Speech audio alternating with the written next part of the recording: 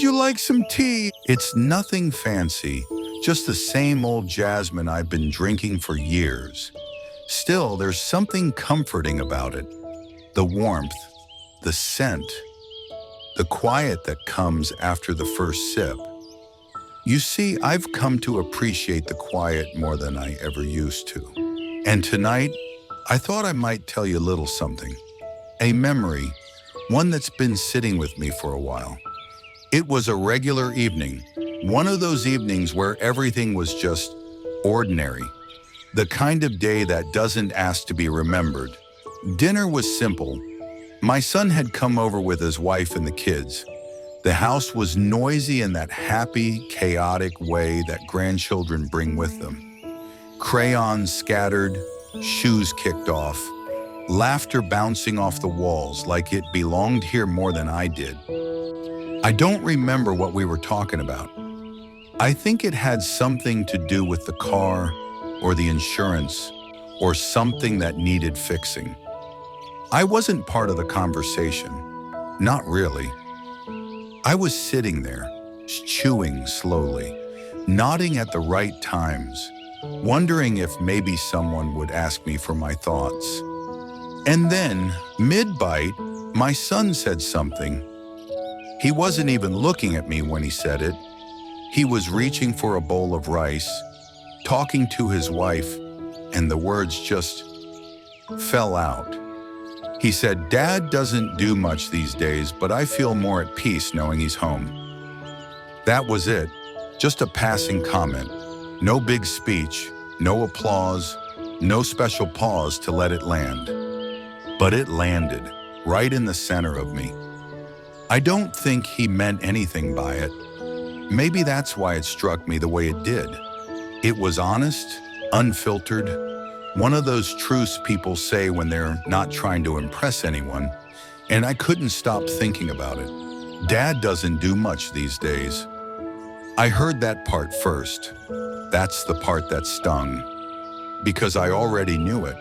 I had felt it every morning when I got out of bed without an alarm clock, every afternoon when the house echoed with silence, every evening when I watched decisions being made without me. I used to do so much. I was the one people came to. I used to fix the sink when it leaked.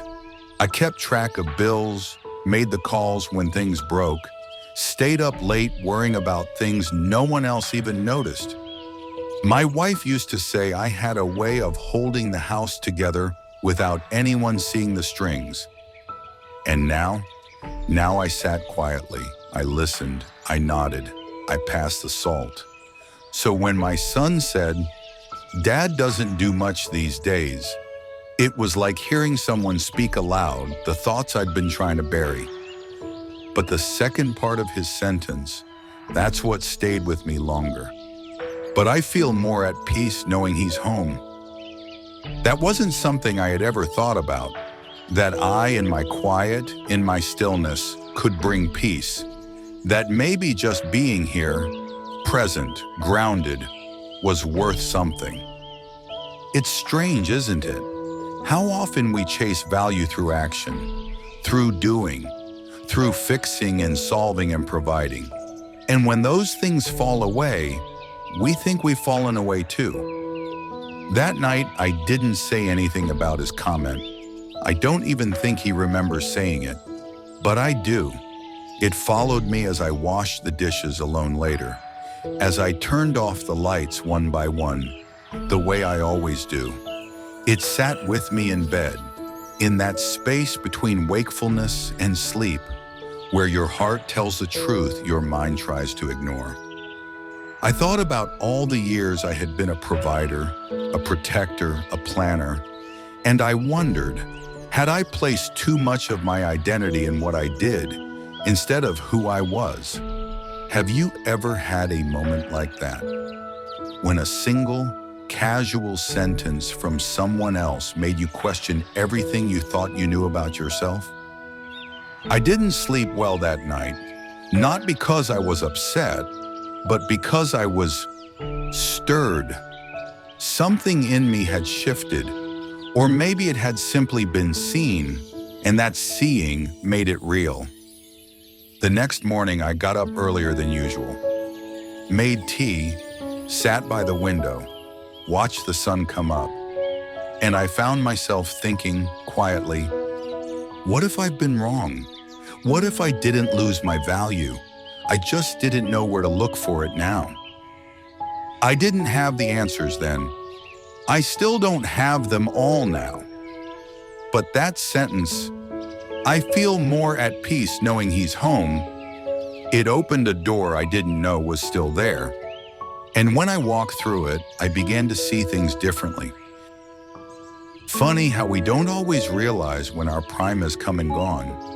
It's only when the quiet arrives, when the phone stops ringing, when nobody's waiting for your answer, that you look back and realize just how loud life used to be. There was a time I felt central, not in a showy way. I was never the type to boast, but in my own corner of the world, this family, this home, I was the anchor, the one who kept the sails steady when the wind kicked up. I remember grocery lists where everything was calculated to the cent. The feeling of placing school shoes into little boxes, praying they'd last through the year.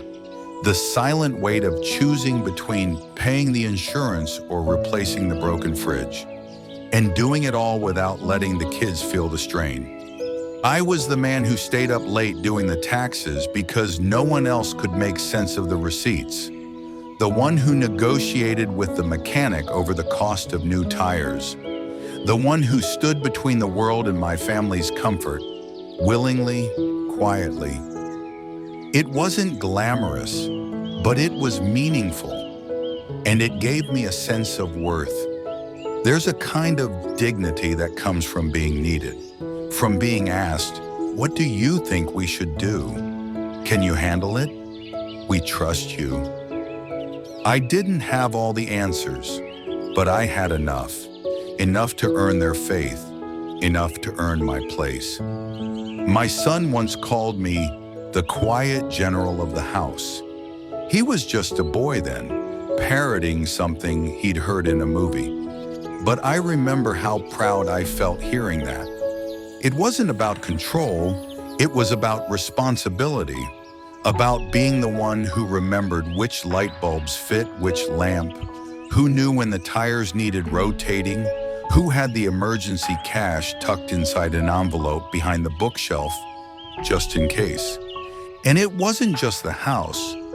I was the one relatives called when a dispute needed settling, the one neighbors came to when their fence broke, or their car wouldn't start, or they needed someone to help carry a heavy box. I didn't always have the time, but I made the time. I felt alive in those moments. Have you ever had that?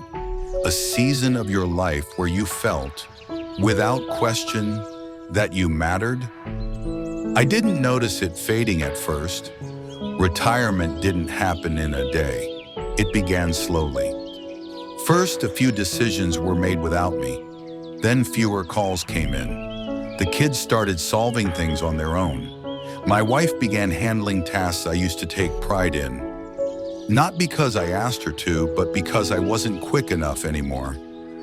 I remember one Thanksgiving. I was carving the turkey, as I always had.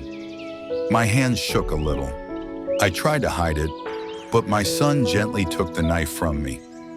"Let me help, Dad," he said, and he meant it kindly. But it stayed with me, like a bell that rings softly but echoes for days. That was the beginning of the shift. Suddenly, the questions weren't coming my way. Decisions were made over group texts I wasn't part of. My input became optional, and slowly I started feeling more like a guest in a house I had helped build. At first, I resisted. I'd interrupt, insert my opinion, try to take over the task, even when it wasn't needed. I thought I was staying involved. But really, I was trying to hold on to the identity I'd worn for decades. You see, when your value is built on what you do, it's terrifying to stop doing. I felt like a statue in the town square that people used to admire, but now they just walk past without noticing. And worse, sometimes I didn't recognize myself either. I missed the weight of decisions. I missed the stress even. It sounds odd, doesn't it? But the stress meant I was in the game. I was essential. And then I wasn't. But you know what I've come to understand? That version of me, the one who was always busy, always responsible, always holding things together, that man didn't vanish. He just laid down the tools. He didn't disappear. He stepped aside. And in the space he left, something else, someone else, was waiting to grow. I didn't know that yet, of course. At this point in the story, I still thought I was fading, but something was quietly shifting beneath the surface. And soon I'd begin to see that the measure of a life well lived isn't how long we get to lead, but how deeply we learn to stay. There's a strange kind of silence that comes after a full life. It's not the peaceful silence of a forest or the welcome hush after a long day. No, this silence is different. It hums beneath everything. It walks with you from room to room. It's there when you open the fridge and forget why. When you fold laundry that no one asked you to fold. When you listen to the house breathe without you. That was the kind of silence I found myself in after I retired. At first, I told myself I deserved it, that this was rest, that the stillness was a reward after decades of motion. But rest, I've learned, feels different when no one is waiting for you to rise. There was a morning, one of many, where I woke up and didn't know what day it was. Not in the forgetful, humorous way, but in the honest sense of no longer needing to know. There were no deadlines, no meetings, no alarms, just time, thick and unshaped. And I didn't know what to do with it. You see, when your calendar used to be full of appointments, projects, responsibilities, you don't realize how much of your self-worth was wrapped up in that busyness until it's gone. And then you're left with yourself, naked, unscheduled, unneeded. There were days I wandered the house like a ghost. I'd start a task, wipe the counter, rearrange the books, open the garden hose, only to forget why I started it in the first place. I'd sit in the living room with the television on, but couldn't tell you what I was watching. Not really, it was just noise to cover the quiet. And then came the conversations I wasn't a part of. There was one afternoon that's still sharp in my mind. My daughter and her husband were in the kitchen, discussing whether to renovate or move. I was right there, peeling an orange, but the words floated past me. They didn't turn to me. Didn't ask what I thought, didn't even seem to remember I was there. I wanted to say something, I really did. I opened my mouth once, twice, but the moment moved on without me, like a train I used to ride, but no longer had a ticket for. And it hurt, not because they were cruel, they weren't. My children loved me, I know that. But they had grown into their own strength, their own authority, and in that moment I saw that I was no longer the compass. I was background, a comfort, maybe, a fixture. I remember once overhearing a neighbor refer to me as the retired guy who's always around, as if that was all I had become. Just someone who existed, not someone who led or carried or mattered. And the worst part, there were moments I started to believe them. Have you ever felt that? Like you're slowly turning invisible, not in body, but in voice, in presence? Like the world didn't push you out, it just forgot to include you. That was the ache I carried quietly. I didn't tell anyone. What would I say? I feel useless. That word felt too sharp, too self-pitying. And besides, I didn't want pity. I just wanted to feel real again. But the more I watched the world move without me, the more I wondered if I had already had my time. If maybe this was how the story went. You build, you give, you lead, and then you fade. Some nights I'd sit in my chair, listening to the laughter in the next room. It wasn't bitter. I was glad they were happy. But there was a part of me that ached to be included, to be asked, "What do you think, Dad?" To be needed. It's hard to go from being the answer to just being there. Still, I showed up. I poured the tea. I offered rides to the kids, even if they didn't need them. I stayed awake when someone was out late, even if no one asked me to. I lingered in the doorway longer than I should have, just to feel part of the moment. But inside, I was grieving. Not a death, not an illness, but the quiet disappearance of a role I had loved deeply. And here's the truth no one tells you. Grief doesn't always come with tears or funerals. Sometimes it comes with silence, with an unused toolbox, with a phone that doesn't ring, with watching others step into the life you once held together.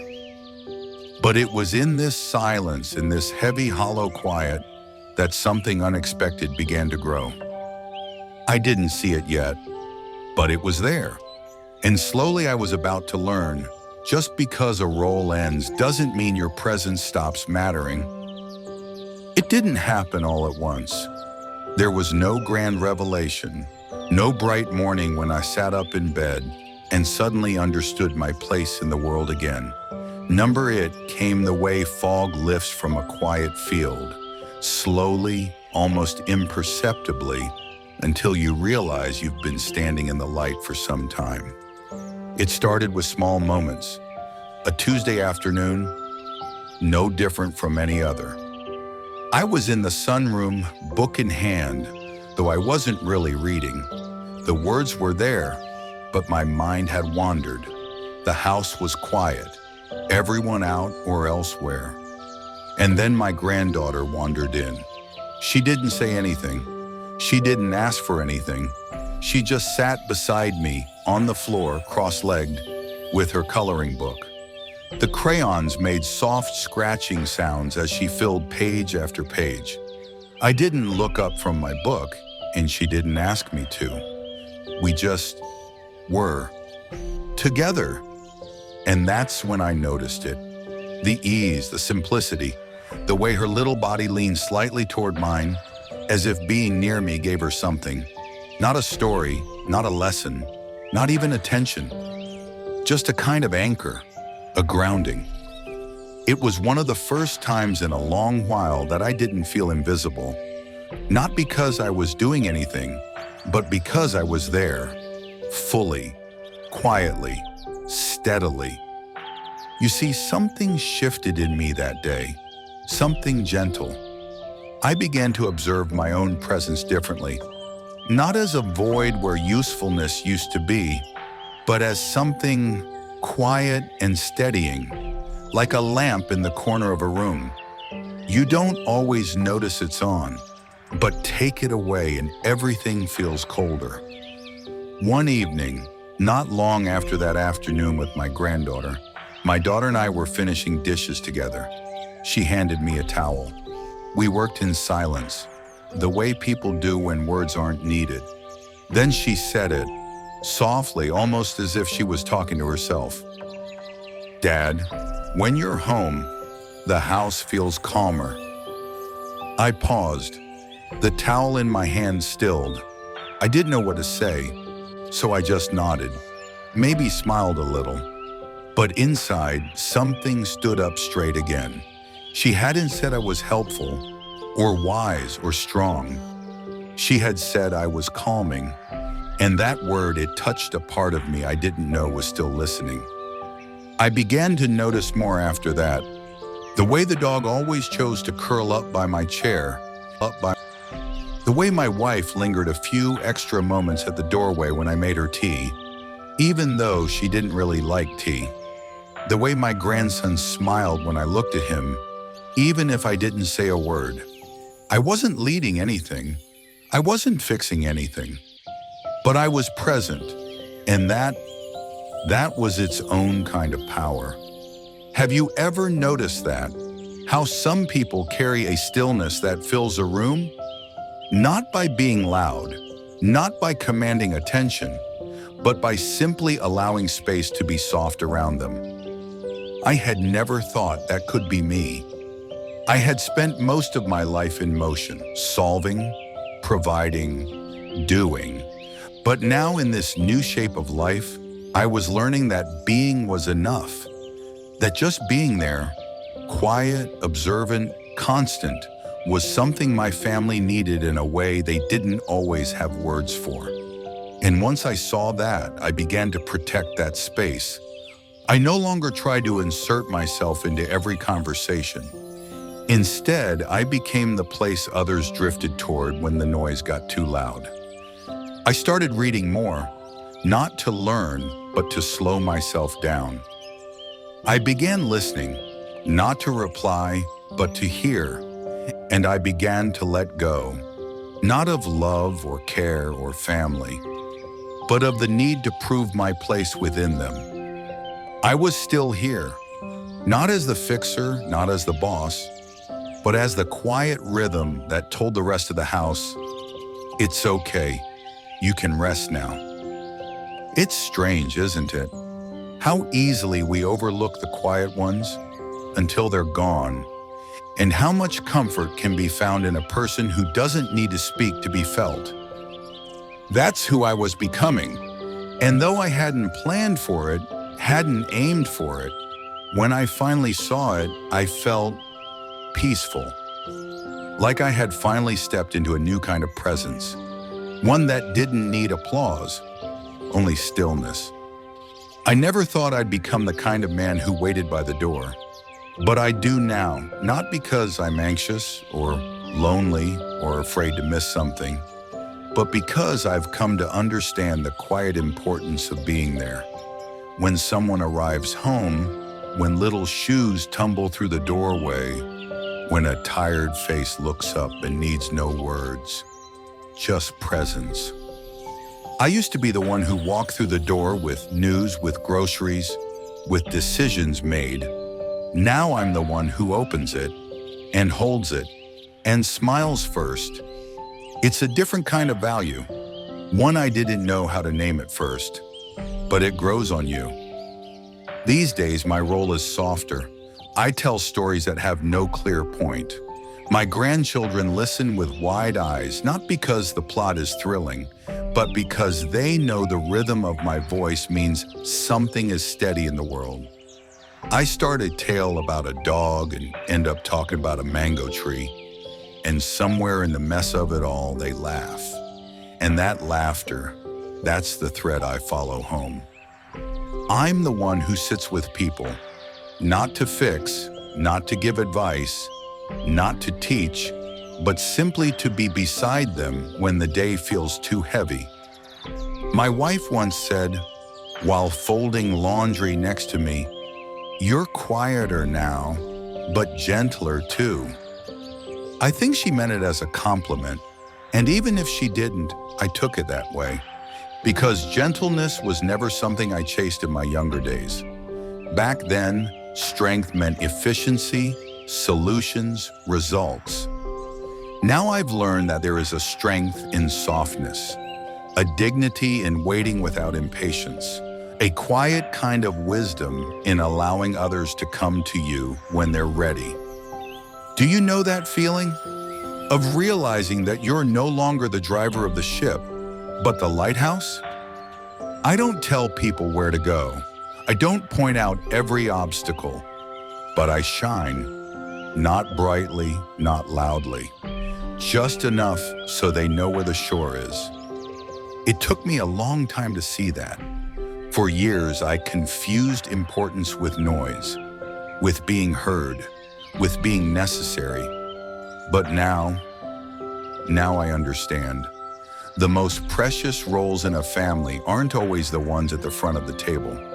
Sometimes they're the ones standing quietly in the kitchen, refilling teacups, folding blankets, no one asked to be folded, watching the world carry on and choosing, still, to be part of it.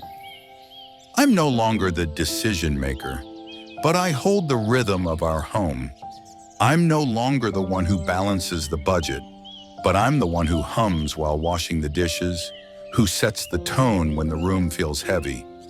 I'm not the source of answers, but I've become a safe place for questions. And I've learned that being available, truly available, is more rare and more valuable than being in control. There was a night not long ago when my son came home late. His shoulders were tense, his words few. He's a grown man, a good man. He didn't want to talk about it. I didn't push. I just sat with him. I made a cup of tea and handed it to him wordlessly. He didn't thank me. He didn't need to, because the space we shared was enough. The silence we allowed was enough. And after a while, he sighed. That sigh meant more to me than 1,000 thank yous. I used to think I had to carry everyone. Now I see that sometimes being the place where others can lay their burdens, that is carrying too. This new shape of mine, it's gentler around the edges. It moves slower, it listens more, it speaks less, but it is no less valuable. And in some ways, I think it may be even more. There was a time when I thought value needed to be loud, needed to be acknowledged, measured, awarded. When I was younger, every success felt like something to be proven. A task finished, a goal hit, a problem solved. And with each accomplishment, there was usually some kind of nod, a thank you, a pat on the back, a handshake, a moment of recognition that said, "You matter, we see what you did." And for many years, that was how I kept score. But now I've come to understand a different kind of value, one that doesn't stand on a stage, one that doesn't need to raise its voice, one that lives in the spaces between. It happened gradually, this shift. I began noticing how peace doesn't announce itself. It just is. Like the way light spills into a room without asking permission, or the way a breeze moves the curtains, soft and unseen, or how my wife places a hand on my shoulder when she walks by. Not to say anything, not to ask for anything, just to let me know she sees me. That kind of value doesn't make noise. It just gently reminds you, you still belong here.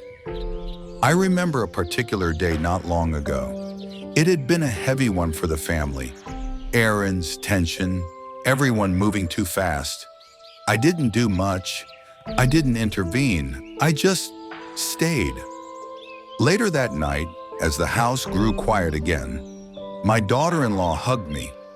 It caught me off guard. I asked, "What was that for?" She smiled and said, "I don't know. I guess. I'm just grateful you're still here, that you're healthy, that you're you." She didn't elaborate. She didn't need to. That one sentence, "I'm just grateful you're still here," was the loudest form of love I'd heard in a long time. And I realized, perhaps we spend too much of our lives trying to be seen, when what we're really longing for is to be felt. Have you ever thought about that? That your presence, your quiet, everyday presence, might be the very thing someone in your life is holding on to without even knowing it? I've stopped trying to impress anyone. Stopped trying to earn love like it's a trophy on a shelf. These days, I just try to be kind, to be slow enough to notice when someone's eyes are tired, to be present enough to catch a sigh before it turns into silence. I've come to believe that gentleness is its own kind of brilliance. You don't need a spotlight to shine. Sometimes you just need to stay long enough in a room for someone to feel safe enough to cry, Sometimes you just need to hum softly while folding laundry for the rhythm of the home to return. Sometimes you just need to be the one who doesn't rush. And that's the role I've grown into. Not because I planned it, but because life, if you let it, shapes you into what's needed, not just what's noticed. I think about applause sometimes. I used to get some, in my own small way, after speeches, after projects, after sacrifices no one saw until they succeeded. And now there are no claps, no headlines, no milestones. But there is peace, and that is more than enough. Because when you slow down, really slow down, you begin to see that value isn't always about action. It's about presence. It's about being the person someone instinctively sits beside without knowing why. It's about the small things, the tea you brew without being asked, the look you give that says, "I understand," the way you show up every single day, not for the praise, but for the people. And maybe, just maybe, that's where the real value lives. I used to fear fading. I didn't say it out loud, of course, but deep down, I worried that once the decisions stopped flowing through me, once the house ran without my hands, once the world no longer paused to hear what I thought, I would somehow cease to matter. That fear was quiet but heavy. It lived behind every silence I didn't know how to fill. But now, sitting here, tea cooling beside me, the hum of life continuing in the next room, I feel something else. I feel presence, not the kind that demands attention, the kind that lingers gently like a scent in an old sweater or a song from long ago that still plays in the back of your mind when you least expect it. I haven't disappeared, I've just changed shape. I'm no longer the one who signs the checks or drives the big decisions, but I'm the one who hears the hesitation in a loved one's voice and knows when to stay close. I'm no longer the force that moves the family forward, but I'm the warmth in the room when they come home. I'm no longer in every meeting or every plan, but I'm in every steady breath, every evening walk, every bedtime good night that begins with, "I'm glad you're here." I've become the quiet layer beneath the noise, the pause between the words, the hand on the shoulder, the eyes that say, "You're not alone." There's a kind of peace in knowing you no longer need to prove anything, that your worth is no longer tied to what you do, but to how you are, how you show up, how you love. And love, when it's quiet, is no less powerful. In fact, I think it might be more so, because it doesn't need to announce itself, it simply stays. So no, I haven't disappeared. I'm still here. In every quiet morning when someone in the family exhales just a bit deeper because I'm in the house. In every laugh that drifts through the living room because I told a story that made no sense but still made them smile. In every moment when someone needs steadiness and they find it. In me. And that is enough. That is more than enough. So now, as this day winds down, I'll pour us one last cup of tea. The light is softer now, the house quieter, but not empty, never empty. Because I've learned something simple, something I wish I'd known earlier. Value doesn't vanish, it evolves. It doesn't shout, it glows, and we don't disappear. We just grow quieter in our giving. So let me ask you, are you still holding tight to the old role you once had? Or are you ready, truly ready, to embrace the new shape your value has taken? You're still here. And maybe, just maybe, that's the very thing someone in your life is holding on to tonight. Thank you for sitting with me. I know this wasn't a story full of excitement or breaking news.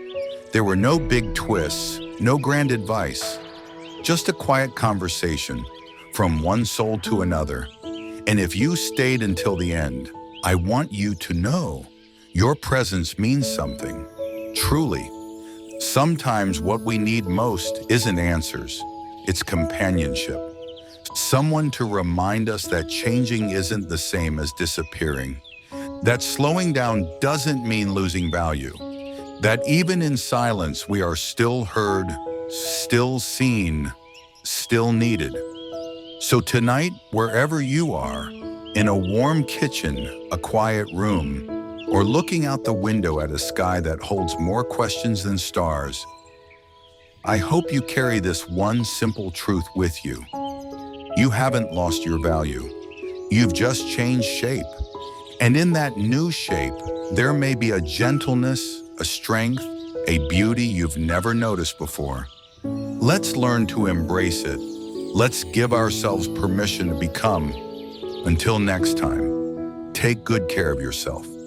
And if this story touched something in you, I'd love to hear it. Just a few words in the comments, or a quiet nod on the other side of the screen. Because even if we're strangers, we're still sitting at the same table.